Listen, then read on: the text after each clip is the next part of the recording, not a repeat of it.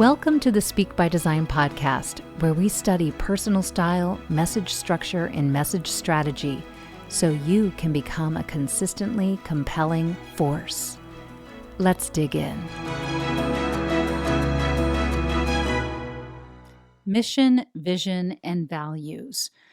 Mission, vision, and values of organizations change, and they change rightfully so as new services get introduced, new products, new changes in government policies, new priorities from consumers or other customers shift. New leadership comes into a company. That is why mission, vision, and values are things that people refresh, usually on a 3 to 5 year cycle. Occasionally people go 7 years, but 3 to 5 years is a best practice. Why? Because if you're using something tired and old, it's not nearly as motivating to people, and new language can help shift the energy around the company as well. All right, but mission, vision, and values also can be viewed personally. And when we've talked about personal branding, usually that's where we start is we ask the person, what is your personal mission? Why do you care about the work that you do? And what's your vision for what it will become? And what are your values day to day? When you are the founder of the organization, sometimes you're setting the mission and vision and values for the entire organization by yourself. There's risk in that the other people, the leaders, other leaders in the organization are not a part of it. And if they're not co-creating the culture with you, they may not fully be engaged in it. If you include the entire organization in setting mission, vision, and values, it takes an enormous amount of time to create the alignment and make a decision that fits all. This is why it is best for the leadership team to do this together. Sometimes people use outside advisors on creating this. I do not think that's ever as impactful as the team coming up with it themselves. All right, so the mission, vision, and values also need to get reviewed every quarter so that the leadership team is re-examining it and saying, are our values causing any problems? So for example, if one of your values is timeliness, responsiveness, that's going to push people to move quickly. That is often in opposition of safety or quality of work. At times, you will notice that your value is creating an issue, and that's why it needs to be evaluated every quarter. In mission, vision, and values, we often begin with values because once we know what the organization values, then we can start putting those values into the leader's origin story or their self-introduction. So one way of getting to values, if they're not set by your organization, is to talk about what led you into this work. And I will give you an example from my own life. My parents are both lawyers.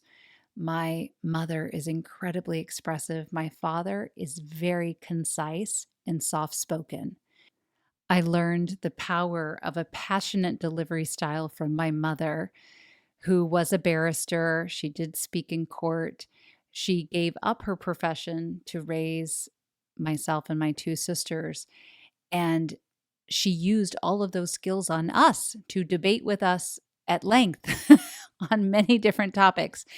And she pushed us into debate and oratory, and I competed in both of those. She encouraged me in theater. And I owe all of that to my mother. And she was so much fun to fight with growing up because of her style. And then there was my father, who said very little, but it was always profound. And if he opened his mouth, you did not interrupt because you didn't want to miss a word. And both of them have heavily influenced my values around communication. Now, those would be stories I could tell around my communication values. If I wanted to talk about my work values, I might tell the story differently, that my father wasn't reactive. He made a commitment years ago that he wanted to be a good person. And whether things went his way or not, that did not determine his view of whether something was successful. It was whether he did the right thing.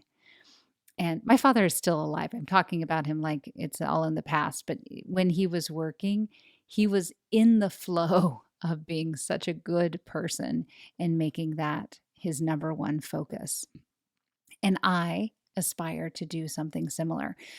But telling the stories of how hard you worked as a kid and your value around hard work, or talking about a difficult moment, a breakthrough moment you went through while in college or growing up or recently, and then anchoring it to the value you want your team to prioritize or you want to share that is your own value. That is the most powerful way to talk about values. So that is tip number one. Take your values and put them into a story. It is not a fictional story. It is a true story from your past that was a breakthrough moment, an aha, or you reflecting on how you have become the person you are today who holds these values.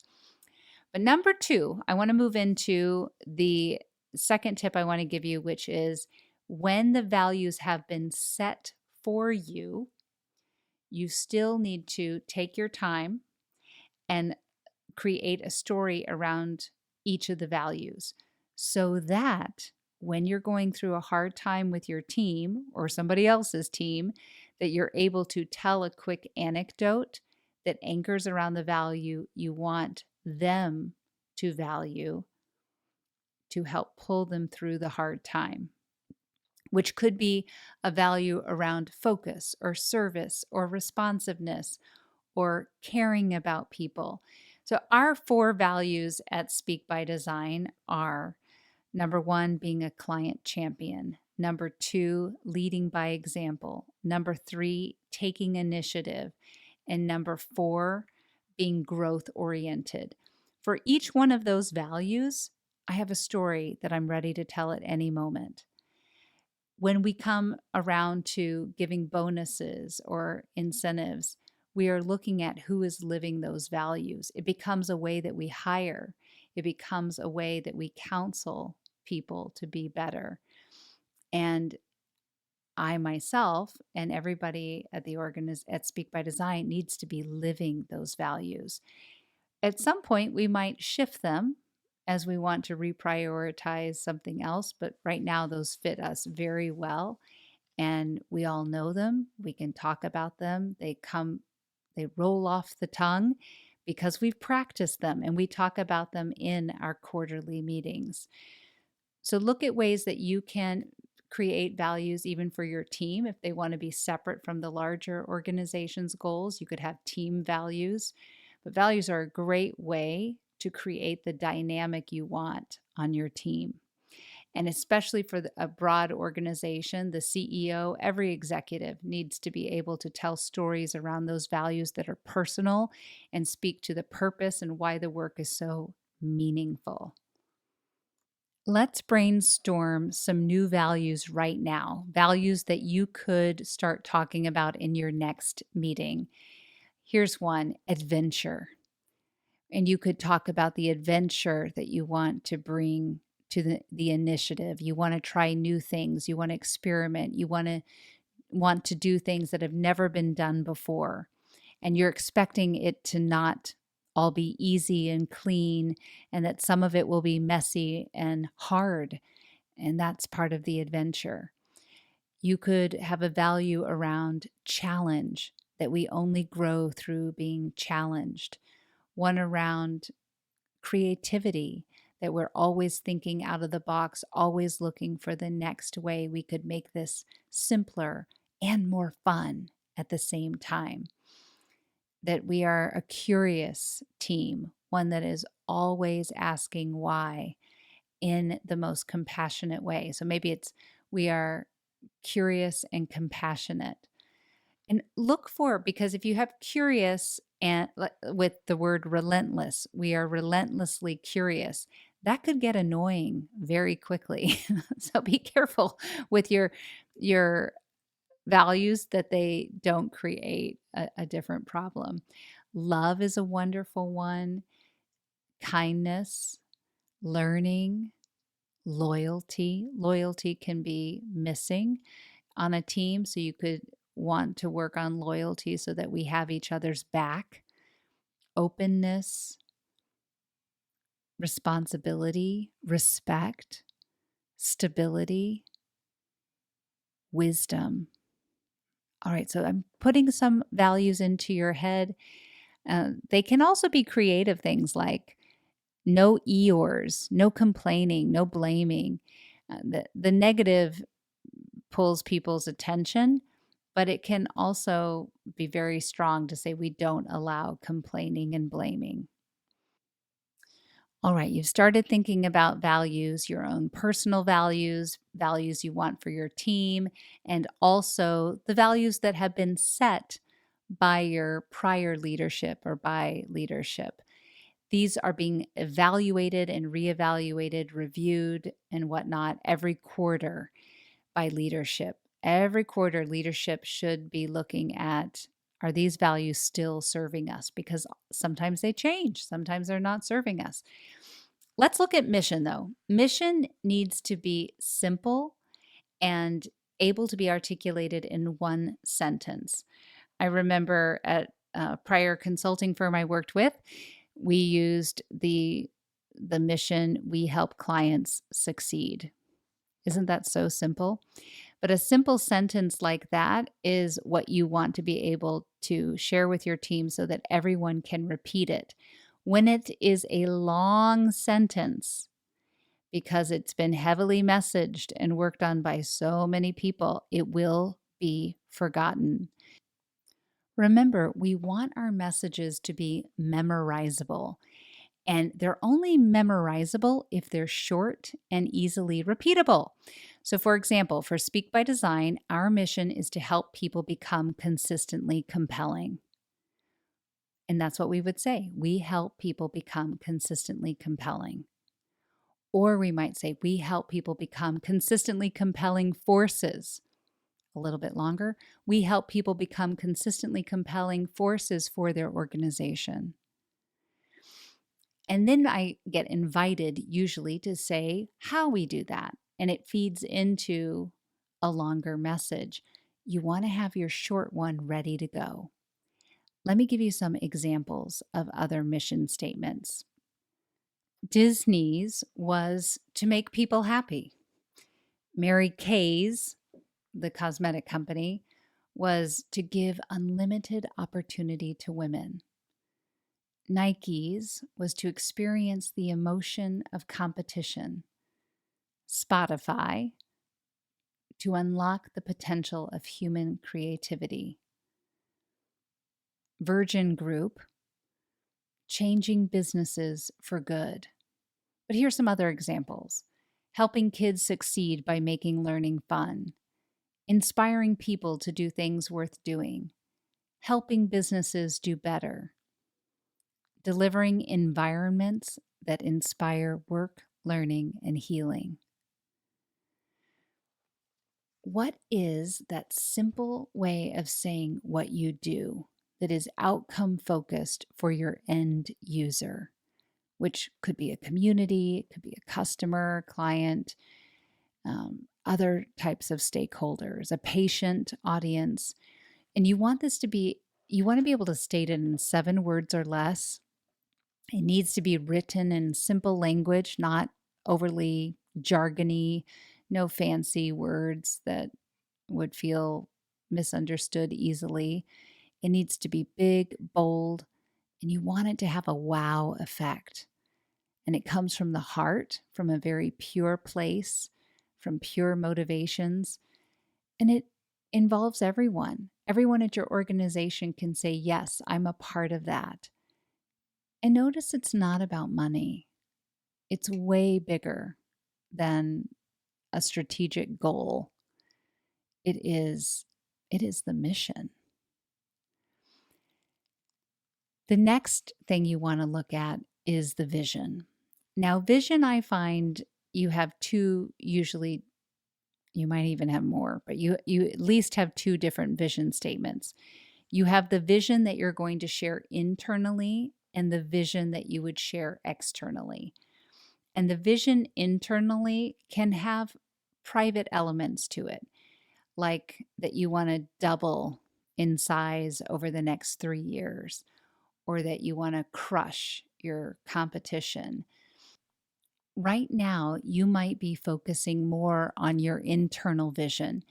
And that's the right place to start, especially if you are speaking to your board about a new idea or a new strategy. Start with creating your vision statements for that. And then from your vision, that needs to also be aligned with mission and values, but that does not go to the public. Why does that not go to the public? Because it's overpromising. And if you're a public company, that would be you saying something that investors would get overly excited about, and there would be some restrictions there. And you don't want to get the stock market too excited and then later in a couple of quarters have to give them some bad news. And investors can get excited easily by a growth plan. So, vision for an external audience, it depends what you're trying to do. If you're trying to have a transaction and you are trying to sell your company, then perhaps you do want to share that vision for growth. But otherwise, it might just be that your vision is you want to see patients thriving, patients, employees, and our community thriving. So that's a vision you have, is that everyone is thriving, and that's a lovely vision for a hospital to share, but it's not anchored to a financial goal. So start first with your internal vision and then decide, do I need a different one for public interactions, for the media, for investors? And most often the answer is yes. And then you would want to make sure, if you're in a large organization with a communications team, that you are not saying anything that puts the company at risk. Let's work on the internal vision statement. All right. So begin by thinking 5 to 10 years into the future. And if that feels too futuristic, even 3 to 5, you could scale it back to 3 to 5. Dream big, focus on success. Imagine that it's within your grasp. Use the present tense, use clear, concise, jargon-free language. We don't need any jargon in these vision statements. Put some passion into it.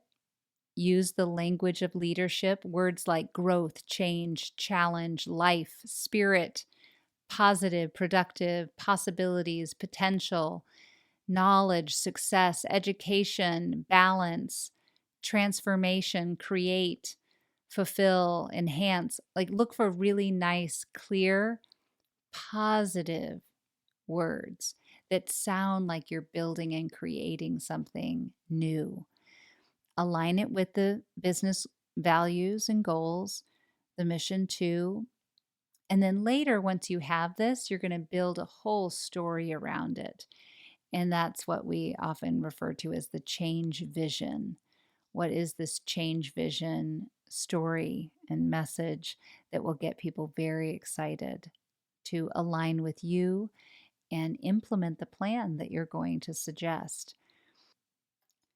Let me read some vision statements to give you some ideas. And some will have numbers in them and some will not. Sometimes the numbers are dollars, sometimes the numbers are a quantity of products or services sold over a period of time. You can decide for yourself, what do you want to use for a vision statement that will be most impactful internally first, and then decide what you want to say more publicly. So Coca-Cola once had a vision statement that maybe it is still today, but it was to put a Coke within the reach of every human being on the planet. Nike's was to crush Adidas. 2 words, crush Adidas. That's very clear. That's memorizable. Everybody would know what that means. Red Balloon, the company, their vision statement was 2 million experiences sold in 10 years. So could you do a volume, like X number of products sold over X years? Walmart at one point had the vision statement of this. It was to become a $125 billion company.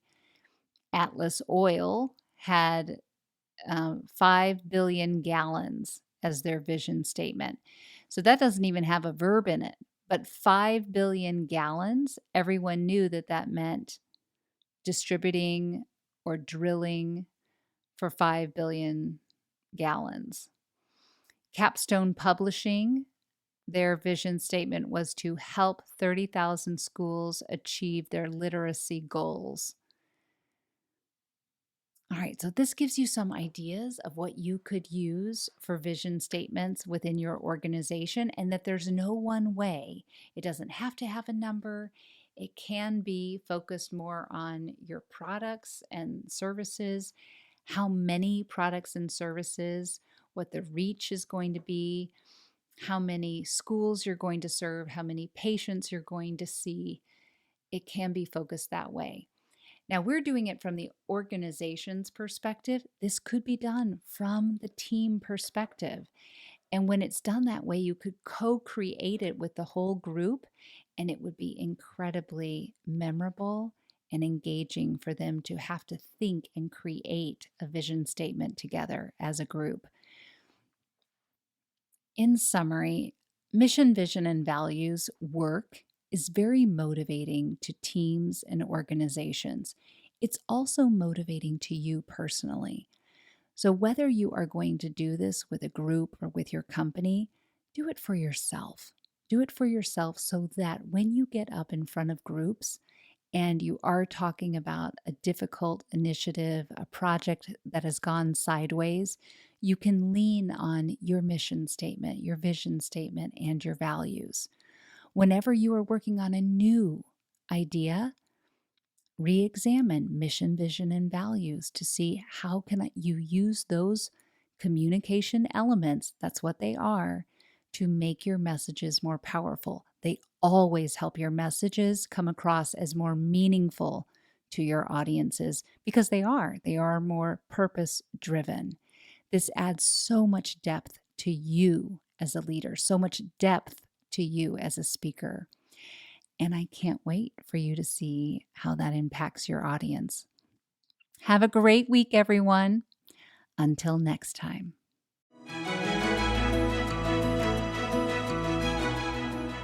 If you are enjoying all of these lessons, but now you're hungering to turn all of this into skills and habits that make this work intuitive and natural so that you don't have to think about it, then you want to join Speak by Design University.